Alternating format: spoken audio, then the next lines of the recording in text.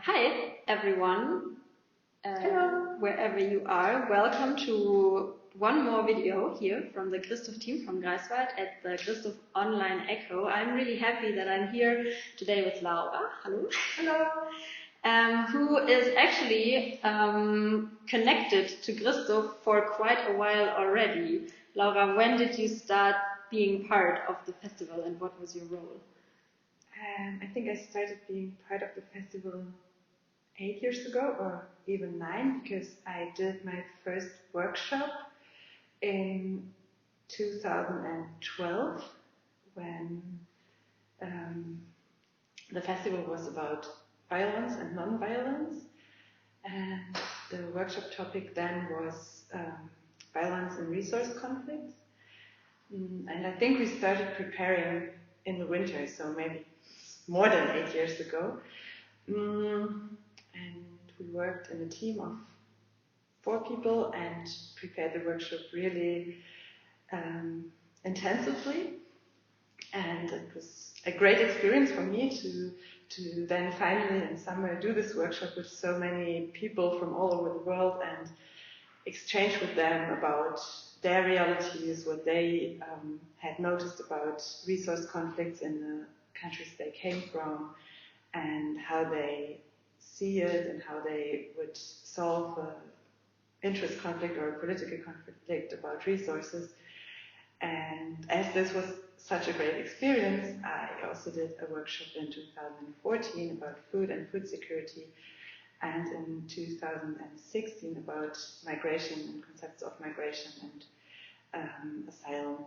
And yeah, all of them with different teams and different festivals, and it was always really a great experience. So I stayed with GrIStuF for so long. I think in 2018 I didn't do a workshop, so I had a break. So I was really looking forward to the 2020 GrIStuF and the workshop and everything.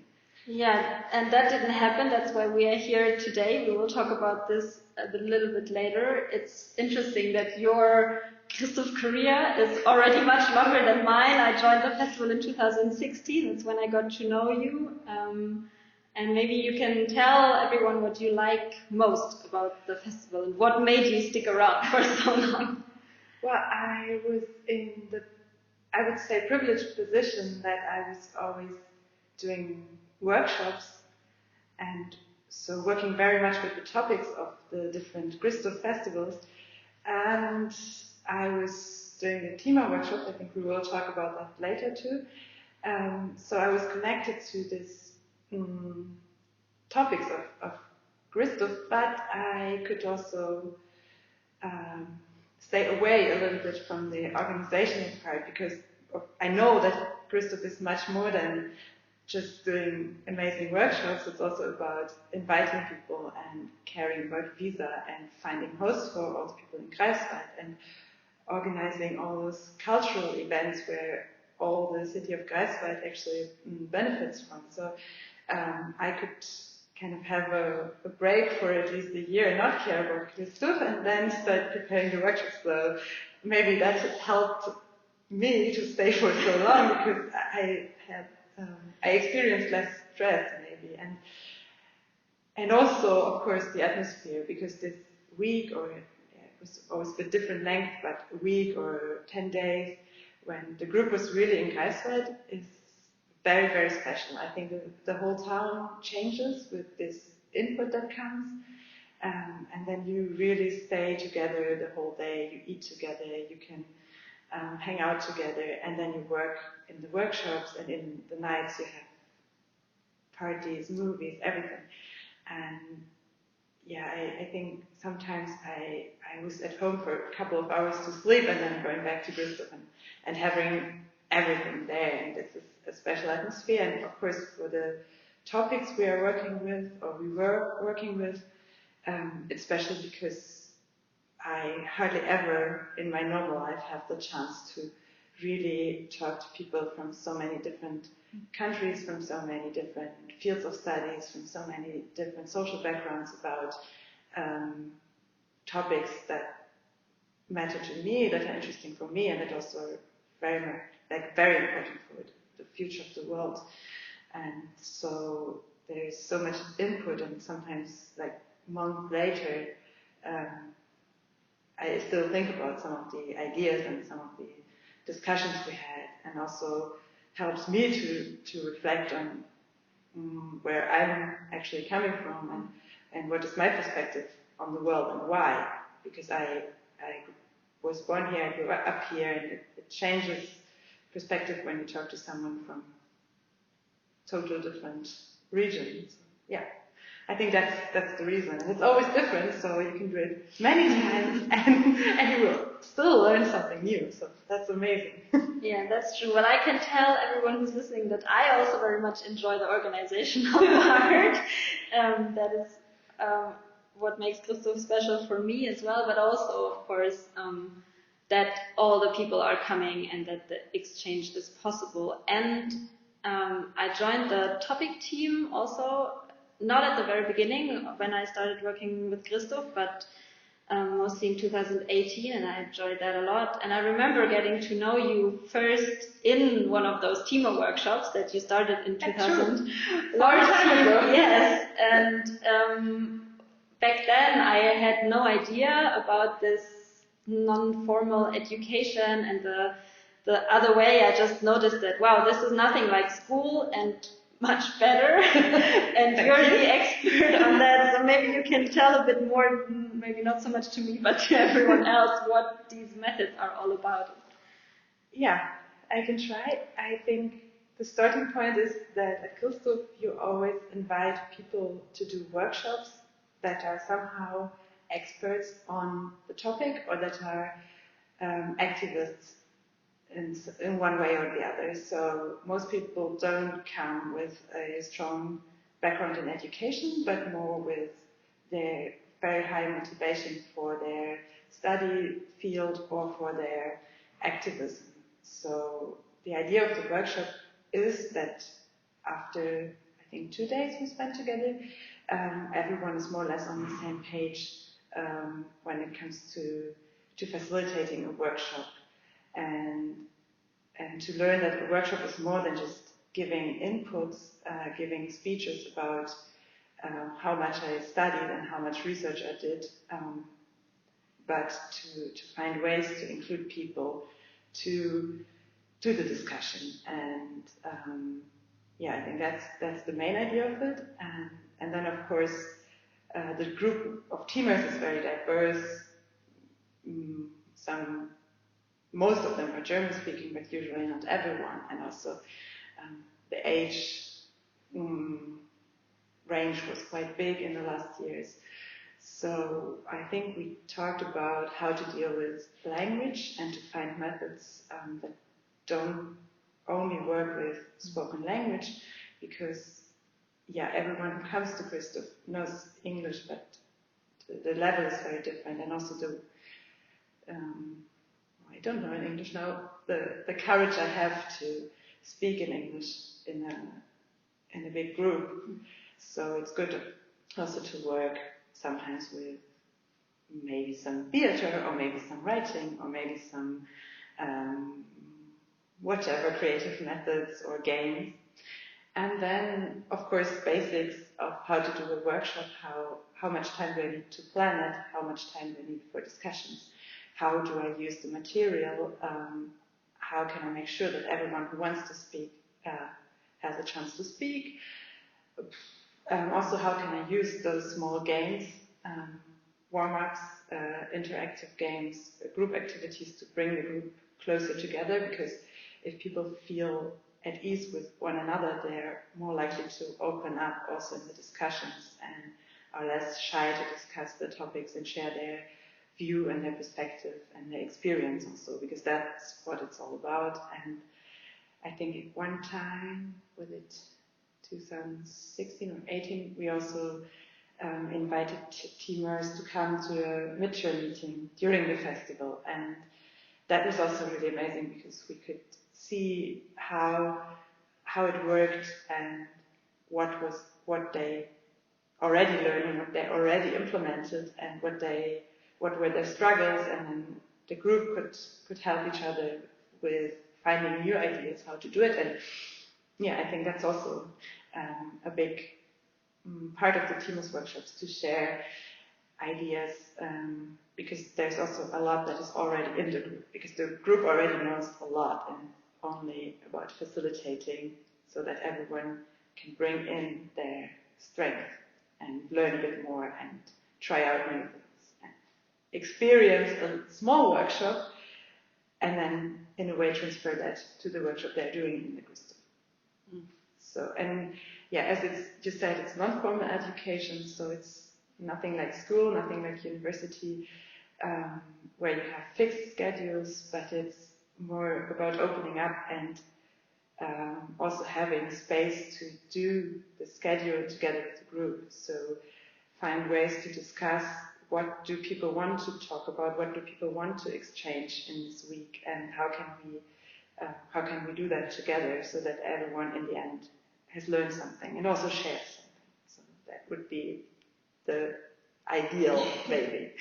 Yes, you really are an expert when it comes to enabling people to participate. And I remember when in the GrIStuF team, we, as a group, decided for the festival topic from Ego to Echo. I thought, I have to talk to Lara because she will be able to help me with good ideas. And then we brainstormed together of what kind of topics could be covered with workshops. And then we talked about you doing a workshop and what could the topic be. And since you also have a background of political education, your festival, you would have been part of GrIStuF and do the workshops about politics with, I think we had that big question of, well, in a lot of countries we have the liberal representative democracy. Is that the one thing, or is there an alternative, a better alternative? Who should be part of the decision making, and so on? And maybe you can share a bit what the ideas were and how what's your connection to this topic?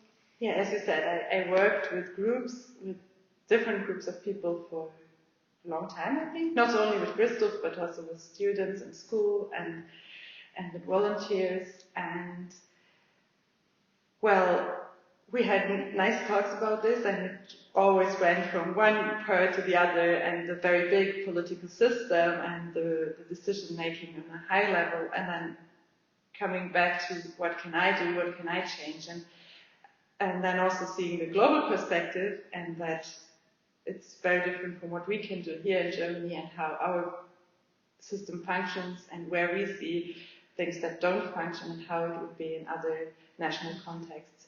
So that was the big topic, and how do we make decisions? And well, I think we would have started with finding out in the group how do we want to make decisions there? Do we want to? Well, the democratic model would be we vote for representatives, or for every decision we make a vote and then the majority decides what we're going to do.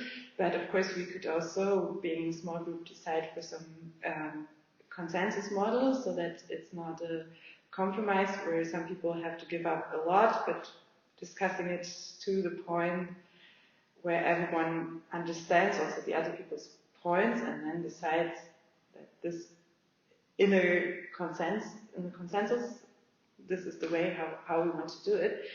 And I think when we also looked at the news and what was going on in the world then, a year ago I think, there's also this tendency for people to search for easy options, and I think it would have been a great chance to have people from all over the world to also discuss what is going on in their countries at the moment. There is a huge social inequality in most countries of the world, and there almost everywhere are people who are offering nationalistic ideas as a solution, but it's, in my opinion, not really democratic, because usually it excludes a lot of people, and that's another topic that I think in such a cosmopolitan group would also be very interesting to discuss, because at the moment the right to vote and so to participate in decision making by voting for a representative is in one way or the other always connected to the citizenship. And we are very, at the moment maybe less, but we were very mobile, and we moved a lot and migrated and changed places, and then I decided to move somewhere else, and I can do that, but then I don't have the right to participate, which is also an important part of living in society. So these would be interesting questions. And then, of course, how do we learn all that? And do we really want it? Do we really want to think about political decisions which are really complex, that are really difficult to make, that have so many pros and cons, that don't really affect only us but everyone? Do we really want to think about that so much? Or is it also quite comfortable to hand it to professionals, to vote for those professionals? And on the levels we are, which are not national states, but more groups or communities, how do we want to be involved there? And I think that was the main idea. I guess I forgot something, but maybe I will tell you later.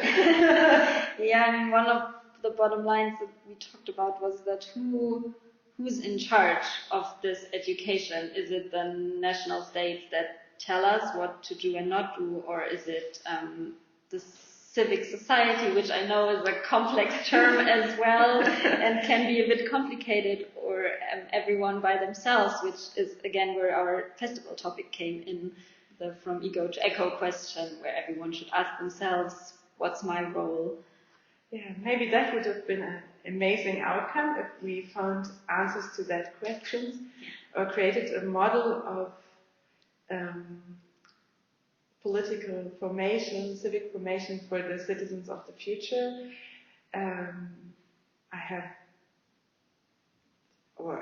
think that what we learn about politics is very much dependent on where we grow up and where we go to school. And I think when you just start going to school, what you learn there is kind of fact, it's objective, and you don't really question that it could be done differently, right?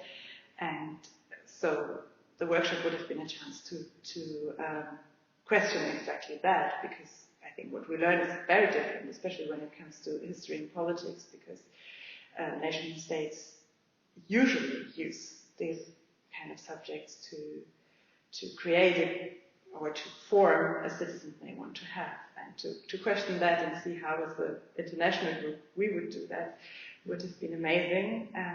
And yes, of course, we learn from school, from parents, from friends, maybe a little bit about political views, about how we want to be involved. And non-formal education, on the other hand, works a lot with the idea that I myself decide what I want to learn and how I want to learn it, with whom and when. And I think that's great when it comes to, say, learning languages or starting a new sports, a new hobby.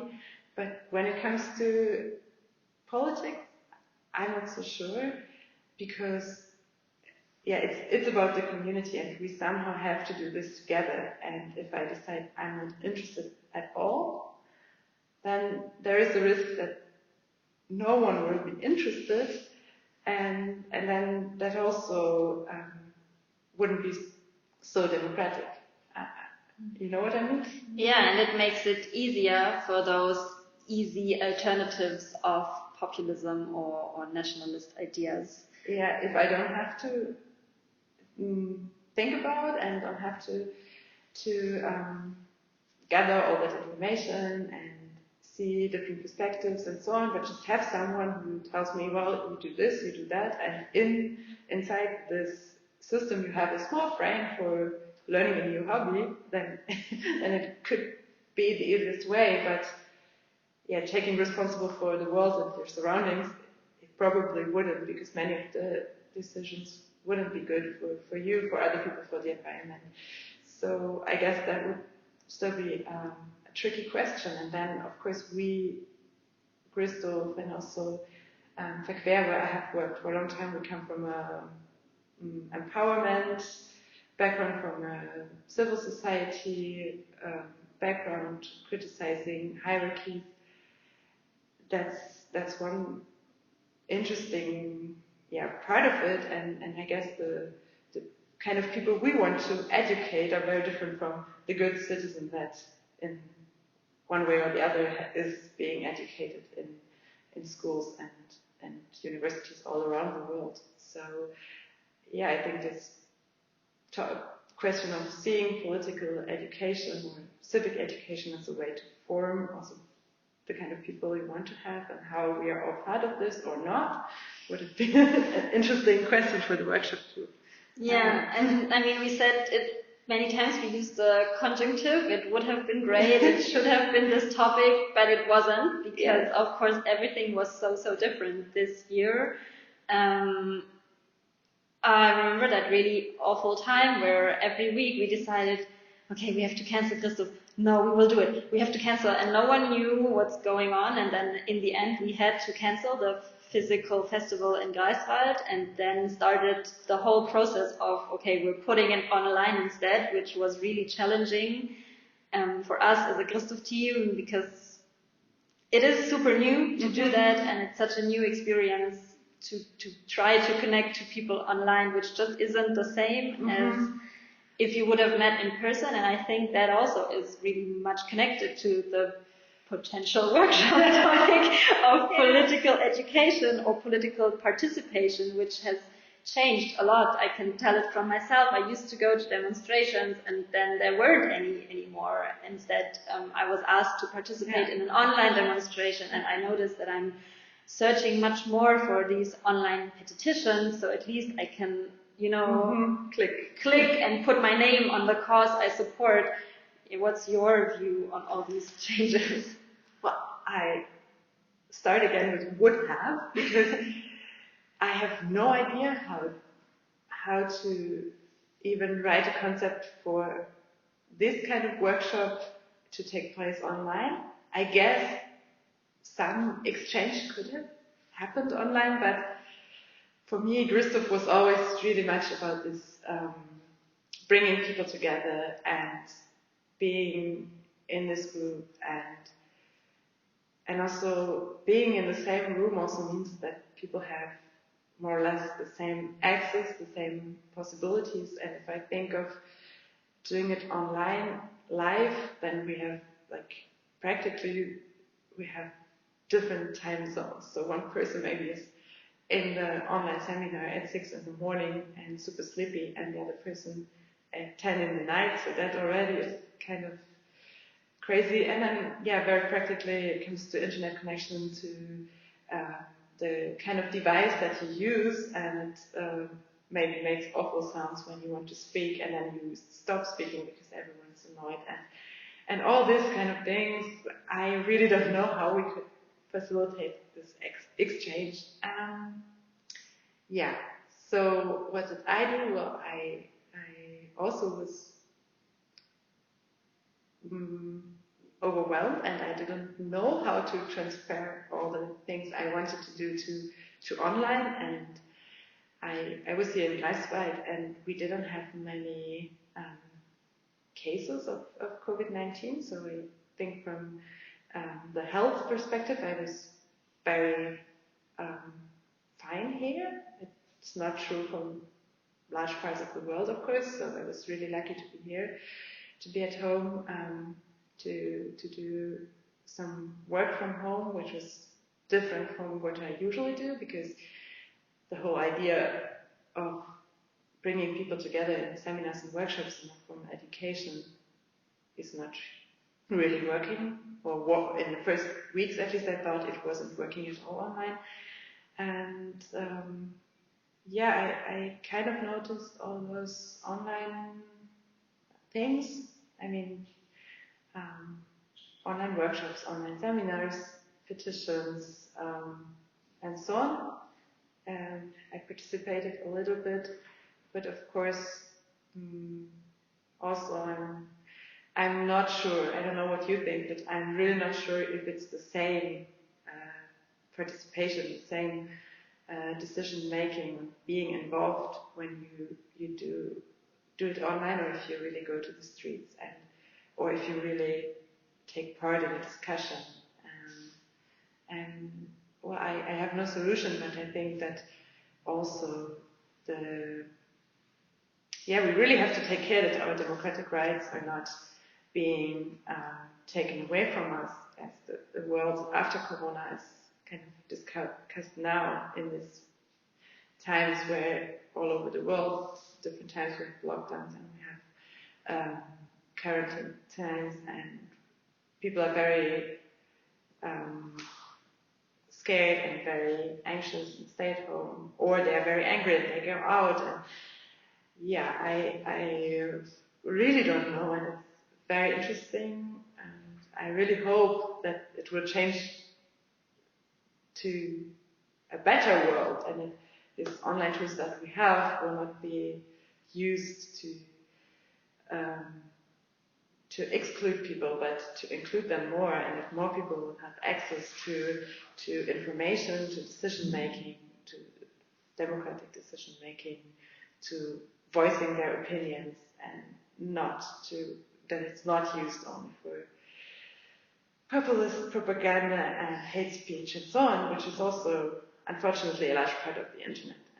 And so I'm very uncertain, but I tried to, after I think a couple of weeks of uncertainty and not knowing what's going to happen and what will I do, I think I tried some things, and I really hope for the world starting to work in a more face-to-face way also. Yeah, it's really interesting how the COVID-19 pandemic brought a whole new level to the question of what's my role in society and how do I participate, because now you also have to ask yourself that question: am I risking other people's life by going to the streets? Yes, exactly. Yeah, all actions have reactions all the time anyway, but now it felt a bit more heavy to make these decisions, and I think everyone's still learning, and I would be super interested to also get your feedback, looking to the camera, to everyone who's watching us now talking and sharing just our 2 points of views. Of course, the whole idea of the online echo is to get your international insights and ideas on this topic. Yeah, it would be also very interesting to hear what tools you are using to communicate, to exchange opinions. I think we have in our network in GrIStuF, GrIStuF and other organizations, we have tried some, but I guess there is much more out there, which could be amazing to hear how it works, how you work with it, because it's not only the tool, but also how you use it. So tell us. Yeah, and maybe to end our interview / conversation. Well, it's also very interesting to hear from you, and it's also part of non-formal education that I wouldn't claim to be the expert on any of these topics, though of course I have studied political science and I have worked in education for a long time, so it comes kind of together, the theoretical background and how much I like to work with people. But you're the expert of GrIStuF and also very active, can I say active citizen, active person, so it's also interesting. That's at least a little bit of how the workshop could have been for you. True, and how it, to put also a bit of advertisement here, how it hopefully will be next year when the real GrIStuF is taking place in Greifswald, and hopefully we see many people here for the personal exchange. Personally, how was your life affected by the pandemic, your working life maybe?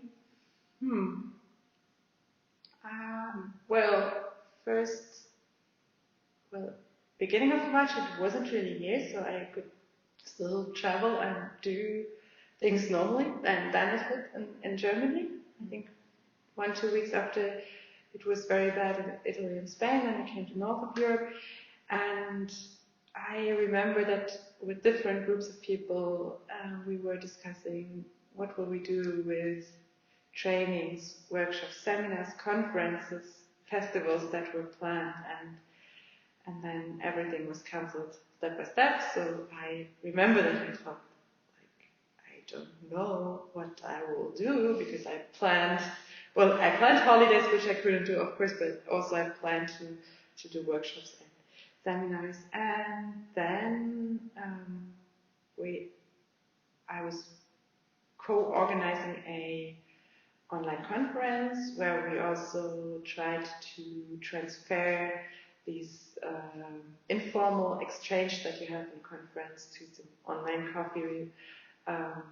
coffee meetings, coffee place, cafe, and where we try to have all kinds of different workshops, also creative ones online. And then, for instance, also our friends from Trans-Europe European Network of Cultural Centers, they also invite now once a month for an online coffee break. And I think there's also a lot of creative potential. And when I noticed that, people try to work with the situation and also try to see their international partners or their friends internationally more often online, then there's also a chance, a potential.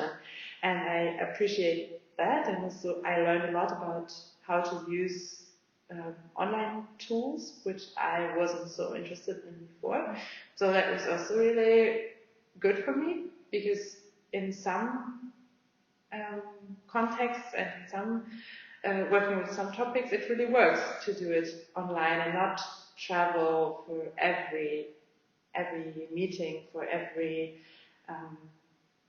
educational activity, because for the environment it's also good if we don't travel that often just for 2 hours meeting somewhere. And so I started seeing the potential, and also started working with this potential. I taught about the online conference, and then also with the Partnerschaft für Demokratie. I think it's Partnership for Democracy that we have here in GrIStuF, and which is a great local partner for all kinds of participatory, democratic and educational activities. They were super creative, and they thought about different ways of how to still work with their topics. And then we had the 8th of May, which is the end of the commemoration.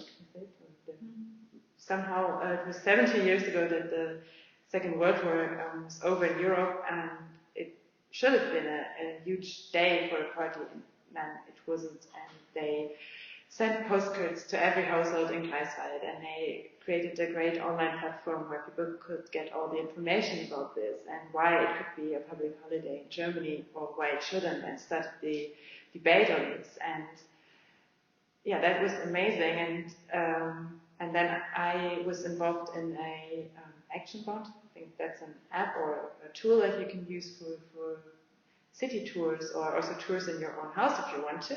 and so I learned a lot then about Jewish life in GrIStuF from the for 400 years, I think it's covering. And so when visitors now come to GrIStuF, they can do that and learn about also the very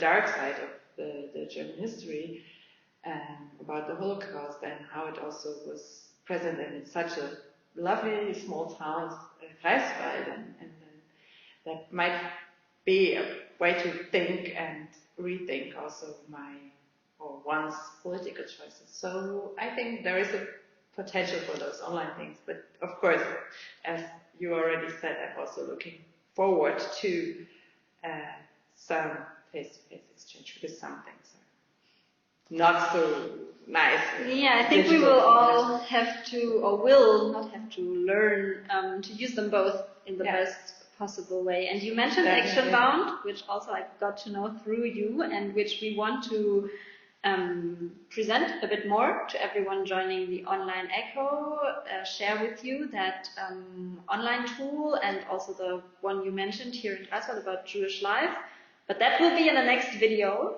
Yeah. So here's the teaser to tune in once again to the online video. Yeah, thank you, Laura, for having me. Sharing your thoughts. Thank you, everyone, for watching, listening. Please give us your feedback and your ideas. And see you in Greifswald soon. And you too. Thank you.